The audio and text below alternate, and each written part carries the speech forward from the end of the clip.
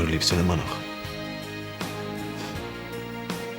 Ich könnte jetzt mit ihm verheiratet sein. Glücklich. Aber stattdessen sitze ich hier in dieser Bude, darf mich nicht bewegen, muss still liegen, darf mich nicht aufregen. Gregor, ich pack das alles nicht mehr.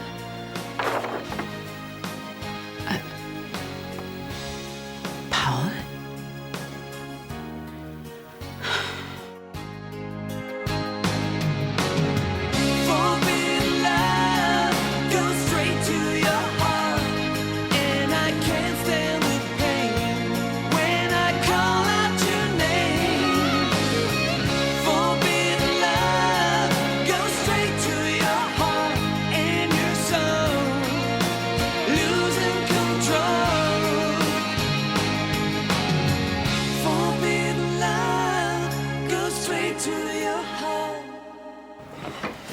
Geh schon. Deine Mutter weiß nicht. Immer diese Beichterei, das macht doch nur Stress für alle. Muffensausen? Muss Susanne mich unbedingt nackt auf dem Bild sehen? Was ist so spannend daran? Es ist doch ein schönes Bild. Guck mal, wie findest du die? Glaubst du, die gefallen ihr? Wo ist sie überhaupt? Im Schlafzimmer, vermute ich. Und du willst ihr das Aktbild wirklich zeigen? Ja, ich möchte ehrlich sein. Das habe ich ihr versprochen. Okay, du gibst ihr die Ohrringe, dann ist sie gut drauf. Dann gehe ich wieder und du sagst ihr das mit dem Bild. Toller Plan. Wie war das? Keine Geheimnisse mehr? Susanne, ich kann dir das erklären. Mach dich schon mal frei zur nächsten Malstunde. Susanne, das ist nicht so, wie du Und wie denkst. ist es sonst? Es ist alles ganz harmlos. Vater, wenn du möchtest, lasse ich dir gerne im Souterrain ein Zimmer einrichten. Oh, wie komme ich zu der Ehre? Blut ist dicker als Wasser. Außerdem würde es mir das Herz brechen, wenn mein alter Herr auf der Straße landet. Diese ganze Umsiedlungsaktion dient ja schließlich einem guten Zweck. Ein alternder Single räumt ein Penthouse und macht Platz für eine junge Mutter mit Kind. Ja, ich glaube, Tanja wird sich hier wohlfühlen. Sag mal, nur weil deine Mätresse hier logieren will, soll ich verschwinden? Ich denke nicht einmal im Traum daran. Aber Vater, das Penthouse gehört zur Holding. Und die hast du mir überschrieben. Ich bin der Eigentümer. Tja, das war schon ziemlich dumm, was? Aber du bist ja selbst schuld. Welcher Vater rechnet schon damit, dass ihn der eigene Sohn vergiftet? Der eigene Sohn, der mit den Mitteln einer Ratte kämpft. Ich kämpfe mit den Mitteln der Gewinner. Was hast du denn gewonnen, Ansgar? Ein Schloss, eine Holding, jede Menge Hass. Wenn du darauf stolz bist, tust du mir leid, mein Junge. Wenn du jetzt bitte gehen würdest.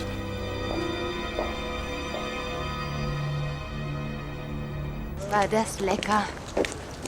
Das war das zweitbeste Frühstück der Stadt. Und was ist das Beste? Das mit dir im Bett.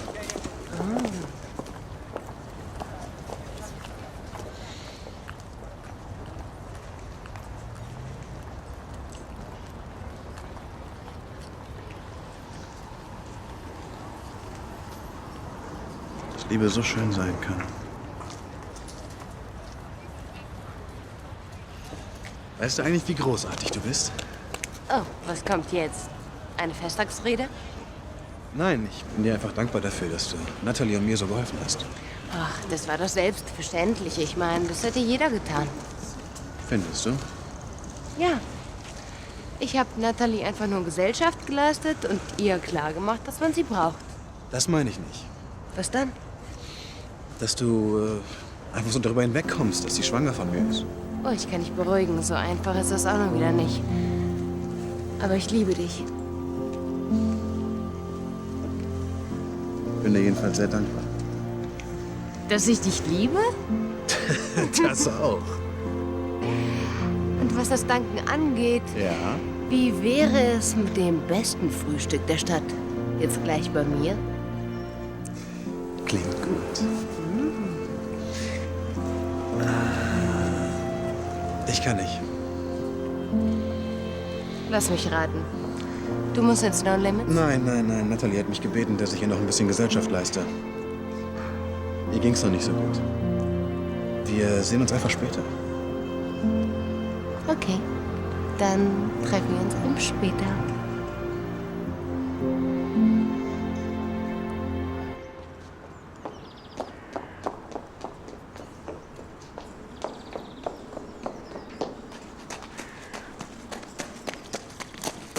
Susanne! Was gibt's denn noch? Das mit dem Bild, das ist ewig her. Seit wann geht das zwischen euch beiden? Vor ein paar Monaten. Seit ein paar Monaten? Ja, da habe ich von Paul dieses Bild gezeichnet. Du stehst auch auf Männer? Und auf Götter und Säulen und Äpfel, ja. Erspar mir die Einzelheiten. Susanne, wenn ich ein Bild zeichne, dann geht es mir nur um das jeweilige Objekt. Sonst nichts. Wie war das mit der Erotik zwischen Maler und Modell? Meinst du jetzt die zwischen Paul und mir oder zwischen dem Apfel und mir? Sag mal, was willst du eigentlich hören? Hast du ihn auch so verführt wie mich gestern Abend? Dass du überhaupt auf solche Sachen kommst. Traust du mir sowas wirklich zu? Denk mal drüber nach und sag Paul, er soll heute Abend nach Hause kommen.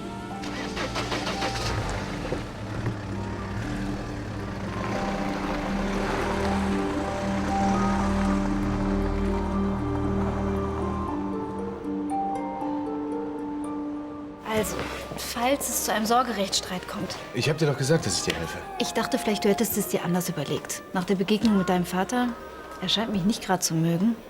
Nicht zu mögen? Er hasst dich. Ja, und meinen Sohn auch. Naja, ich dachte, vielleicht du würdest seine Meinung teilen. Nein, ich stehe zu meinem Wort. War das alles, was du mir sagen wolltest? Entschuldigung. Ja? Vater. Ich mache mich auf den Weg. Bis gleich. Sag mal, was hat dein Vater eigentlich gegen mich? Also wenn ich deinetwegen aus dem Penthouse ziehen müsste, wäre ich auch kein Fan von dir. Ich weiß nicht, was du meinst. Ach komm schon, Tanja. Du hast Ansgar doch überredet, Vater aus dem Penthouse werfen zu lassen. Wie bitte? Leo, sowas würde ich nie tun. Ich dachte, ich bin über Ansgar hinweg. Aber Fehlanzeige. Naja, sowas geht halt nicht von heute auf morgen. Jedes Mal, wenn ich ihn sehe, ist es wirklich für mich wie die Hölle. Versuch ihm aus dem Weg zu gehen. Toll, wie denn? Die Mutter seines Kindes wohnt direkt nebendran. Ist mir auch noch dauernd schlecht. Warst du deswegen noch mal beim Arzt? Der kann doch auch nichts machen. Ich habe halt nicht genug von diesem blöden Gelbkörperhormon. So ein Mist. Ich würde dir ja gerne helfen, aber ich kann das Kind nicht für dich kriegen. Wenn ich mir vorstelle, dass das jetzt noch Monate so weitergeht. Wieso werden Männer nicht schwanger? Die Welt ist so ungerecht. Naja, wir Männer müssen zum Bund, und zwar 10 Monate. Hey, wir schaffen das schon irgendwie, ha? Ja, das dürfte Max sein. Schön. Schön.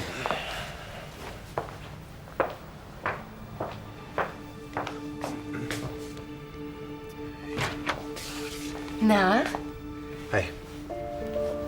alles in Ordnung oder Krise? Max, schön, dass du da bist. Ich weiß nicht, was los ist, aber irgendwas ist doch los. Nein, es ist alles in Ordnung. Susanne! Warum schreist du so? Der Staubsauger ist so laut.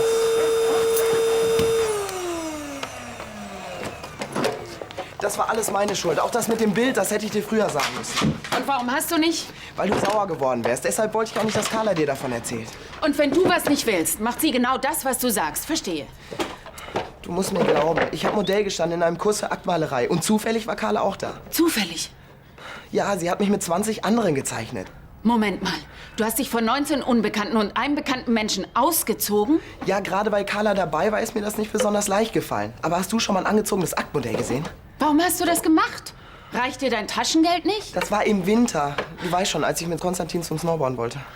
Ich erinnere mich dunkel. Das war Weihnachten, Silvester rum. Genau, um das Geld für den Urlaub zusammenzukriegen, habe ich Modell gestanden. Warum bist du nicht zu mir gekommen? Irgendwie hätten wir das Geld schon zusammengekriegt. Du hattest genug Ärger zu der Zeit. Ich wusste doch nicht, dass ausgerechnet Carla in dem Kurs ist. Du glaubst mir doch, oder? Du stehst Modell in dem Kurs, an dem die Frau teilnimmt, in die du dich verliebt hast. Würdest du das glauben? Ja, weil ich zu dem Zeitpunkt noch gar nicht in Carla verliebt war. Wenn du es genau wissen willst, es hat erst danach angefangen. Und seitdem hat Carla dieses Bild von dir? Sie hat's vergessen. Carla trifft keine Schuld. Auf mich kannst du sauer sein, aber nicht auf sie. Prüfen Sie unser Angebot, Herr Klemen. Ja, wir sprechen uns dann in der nächsten Woche wieder. Ja, und viel Spaß heute Abend im Theater. Auf Wiederhören.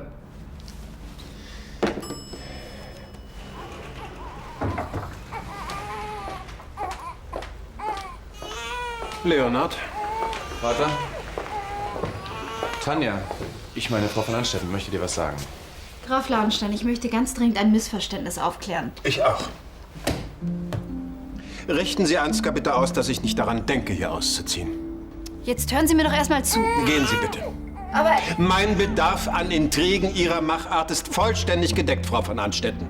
Aber du weißt doch noch gar nicht, worum es geht. lass nur. Ich gehe schon. Sie kennen den Weg. Haben Sie vorher noch ein bisschen heißes Wasser? Ihr Enkelsohn braucht sein Fläschchen. Man darf gespannt sein, wofür dieses Kind noch alles herhalten muss. Und? Naja, ich hoffe, sie schläft ein bisschen. Worüber habt ihr vorhin gesprochen, als ich gekommen bin? Nichts Besonderes. Aber ich habe euch da mitten im Gespräch gestört. In dem Gespräch ging es um Ansgar. Ja und? Ja, was und? Soll ich jedes Detail erzählen? Nein. Schau mal, Natalie und ich, wir kennen uns jetzt schon ewig. Und das war einfach ein Gespräch unter alten Freunden. Nicht mehr und nicht weniger. Nicht mehr, nicht weniger? Genau. Du hast mir doch auch nicht immer alles erzählt, was du mit deiner Großmutter besprochen hast, oder? Mimi erwartet ja auch kein Kind von mir. Du wirst schon sehen, vielleicht werdet ihr noch die besten Freundinnen, ihr beide.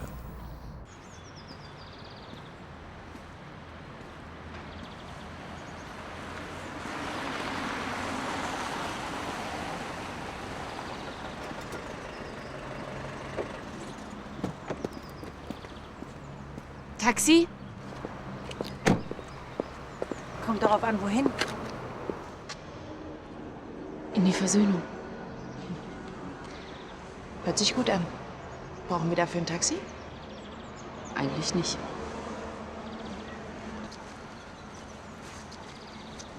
Ich war ungerecht zu dir. Auf einmal. Manchmal geht eben mein Temperament mit mir durch. Du kennst mich doch. Das habe ich allerdings auch schon gemerkt. Ja, ich habe so reagiert, als wäre weiß Gott was passiert. Aber erst Pauls Geständnis, dann das Bild. Das ist ein bisschen viel. Du hast doch nicht wirklich gedacht, ich hätte was mit deinem Sohn? Natürlich nicht. Aber wenn man die Wahrheit so scheibchenweise erfährt, dann rechnet man mit dem Schlimmsten. Es war mein Fehler. Ich hätte dir schon viel früher davon erzählen sollen. Dann wäre die ganze Sache auch nicht so groß geworden. Aber dein Paul... Ich weiß, er wollte es unbedingt selbst sagen. Der arme Junge. Ihn hat's wahrscheinlich am meisten getroffen. Ich kann nur hoffen, dass er bald eine Frau findet, bei der er Chancen hat. Weil ich bin ja schon vergeben. An wen denn? An die süßeste Frau der Welt. Versprichst du mir eins? Nein. Ich wollte nur sehen, wie du reagierst. Na klar. Alles, was du willst. Keine Lügen. Okay. Keine Heimlichkeiten mehr. Und das soll ich Ihnen glauben, Frau von Anstetten? Ja, weil es die Wahrheit ist. Es würde zu Ansgar passen. Dass er sie hier raushaben will, in meinem Namen, das habe ich von Leonhard erfahren. Ich würde so einem Plan niemals zustimmen. Sicher, sicher, Sie wären die allerletzte, die so etwas tun würde. So ein Ausbund an Moral wie Sie. Das, was Ansgar treibt, ist reine Schikane. Egal, was er fordert, ich werde hier nicht einziehen. Was redet die denn da? Aber warum denn nicht, Frau von Anstetten? Ich habe mich geändert, Graf Ladenstein. Oh, wie schön für Sie. Darf ich fragen, inwiefern? Seit ich Mutter bin, sehe ich die Welt mit anderen Augen. Dass Frauen sich ändern, wenn sie Kinder bekommen, kann ich durchaus nachvollziehen. Aber in Ihrem Fall müsste da wirklich eine komplette Gehirnwäsche stattgefunden haben. Ach komm, jetzt wirst du ungerecht. Was heißt denn hier ungerecht? Böse Menschen werden nicht einfach gut, auch nicht durch ein Kind. Seit ich meinen Sohn habe ich erkannt, worauf es ankommt im Leben. Ja, fahren Sie fort, ich bin ganz ohr. Ja, ich auch, heilige Tanja. Das Wichtigste in unserem Leben ist doch die Familie. Können Sie mir bitte erklären, warum ich Ansgar auf die Straße setzen möchte, wenn Sie sowieso nicht hier einziehen wollen? Ja, weil er verhindern will, dass wir uns näher kommen. Also ich wüsste überhaupt nicht, was er da zu verhindern hätte, Frau von Anstetten. Ansgar weiß, dass ich nicht mehr so bin wie früher und das macht ihm Angst. Mit Leonhard verstehe ich mich auch schon viel besser. Na warte, du hinterhältiges Biest. Ich komme mir immer vor wie das 5. Rad am Wagen. Immer stehe ich irgendwie außen vor. Aber er ist doch mit dir zusammen und nicht mit Natalie. Aber die beiden kennen sich schon ewig. Das absolut perfekte Team. Dagegen habe ich doch gar keine Chance. Jetzt wird er auch noch Vater. Ich muss ihn ja jetzt schon mit Nathalie teilen. Und wenn das Kind erstmal da ist, dann wird er ja gar keine Zeit mehr für mich haben. Das sieht echt nach Ende aus. Quatsch. Ich liebe Gregor. Und Nathalie ist ja auch ganz nett. Aber ich verstehe nur nicht, warum immer alles so kompliziert sein muss. Keine Ahnung. Vielleicht wäre es sonst zu einfach. Also, was das angeht, hätte ich es lieber etwas langweiliger. Aber ich habe es mir ja nicht anders ausgesucht. Heißt das, du bleibst dran? Ja, klar. Ich kann gar nicht anders. So, und jetzt freue ich mich auf einen schönen Nachmittag mit meinem Süßen. Alles andere muss warten. Und Nathalie ausnahmsweise auch. Schlaf dich aus, das wird dir gut tun. Ja, ich werde mich direkt nach meinem Dienst hinlegen, versprochen. Sag mal, kannst du diese schreckliche Person nicht gleich mitnehmen? Ich ertrage sie nicht. Ach komm schon, so schlimm ist sie doch gar nicht. Außerdem muss ich mich beeilen. Tschüss.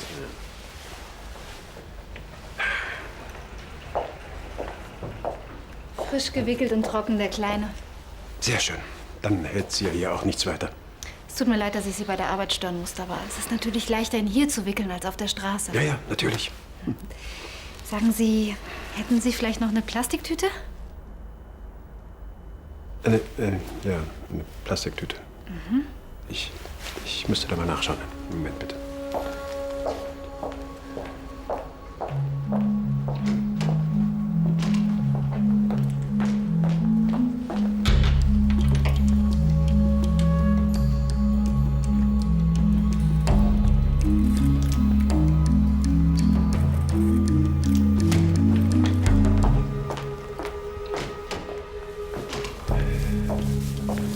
Wenn das dann Ihren Vorstellungen entsprechen würde. Danke.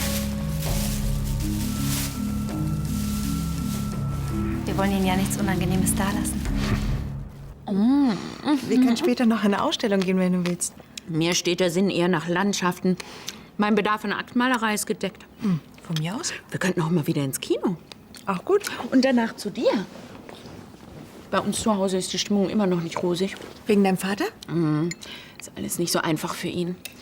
Und wenn wir zwei dann auch noch tuteln. Ich verstehe.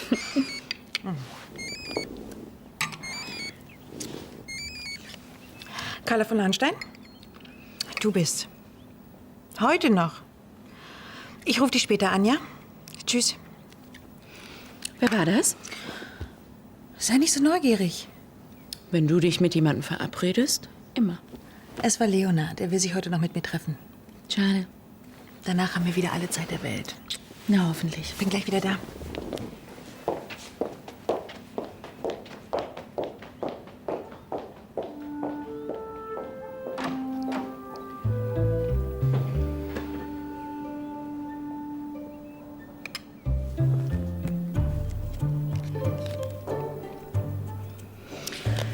Leonard, tatsächlich. Was machst du denn da? Oh, ich suche den verdammten Schlüssel. Nimm den so lang. Danke, dich schickt der Himmel. Er schläft aber fest. Ja, du weißt ja, wie das ist. Bis er schläft, ist es die Hölle. Und wenn er dann schläft, ein Segen. Er ist so süß. Dankeschön. Was sagt denn sein Vater mittlerweile dazu? Ach, Ansgar tut so, als ginge ihn das alles nichts an. Leonard scheint ja mehr Kontakt zu dem Kleinen zu haben als Ansgar. Ja, er ist total lieb zu ihm. Aber ich denke, das wird bei Ansgar auch bald so sein. Wieso? Naja, du weißt ja, wie das ist. Die Männer können zuerst nichts mit den Kleinen anfangen. Sie müssen sich erst an sie gewöhnen.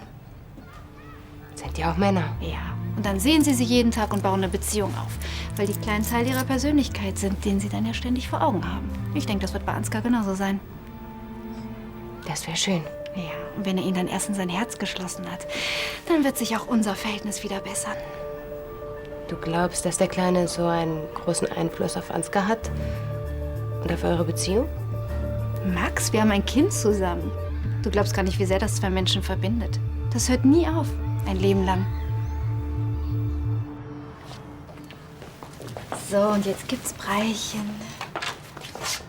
Na, warum so schreckhaft? Wie bist du hier reingekommen? Die Tresenmaus da unten war so nett, mir aufzuschließen. Du hättest mir die Tür aufmachen können. Ich habe Ewigkeiten nach dem Schlüssel gesucht. Oh, wenn ich das geahnt hätte, Tanja. Wie war's bei meinem Vater? Bei deinem Vater? Man hat dich gesehen, wie du ins Penthouse gegangen bist. Spionierst du mir nach? Zusammen mit Leonhard. Dann weißt du ja alles. Warum fragst du? Tanja, ich warne dich. Wenn du versuchst, mich auszutricksen, bist du unser Kind ganz schnell los. Früher hattest du stärkere Nerven. Hier sind Fotos von einer Liste mit allen Neukunden deines Vaters. Es sind bald deine, wenn du ihnen ein besseres Angebot machst. Nichts leichter als das. Hör endlich auf, mir nachzuspionieren und vertrau mir.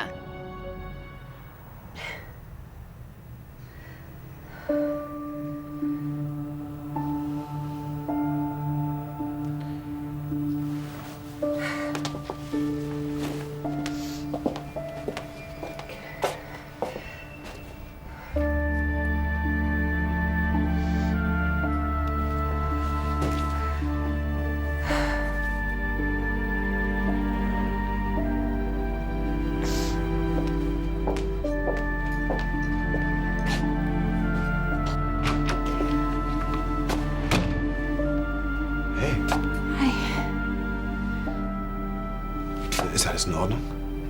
Alles bestens. Mach dir keine Sorgen. Du hast ja selbst genug. Du hattest also nie vor, ins Penthouse zu ziehen, ja? Ganz genau. Und warum hast du mir das nicht gesagt? Naja, wenn du es vorher gewusst hättest, wärst du ja nicht so überzeugend gewesen. Wie darf ich denn das verstehen? Die Drohung, ihn rauszuwerfen, war der perfekte Köder. Du hast also mal wieder alles von vornherein geplant. Ja, alles. Auch Leonhard als Türöffner. Mein lieber Bruder vertraut dir also. Naja, ohne ihn wäre ich ja nicht ins Penthouse gekommen. Schon seltsam, dass dieser sentimentale Trottel auf einmal auf dich reinfällt. Er ist kein sentimentaler Trottel. Egal. Jedenfalls hervorragende Arbeit, Tanja. Trotzdem, in Zukunft möchte ich vorher informiert werden, was du vorhast. Ja, natürlich. Wir spielen mit offenen Karten.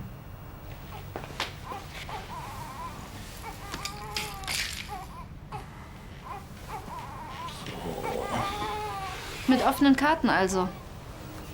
Ja, mit offenen Karten. Kann ich das von dir erwarten? Aber natürlich, Tanja. Du kannst mir immer vertrauen. Immer?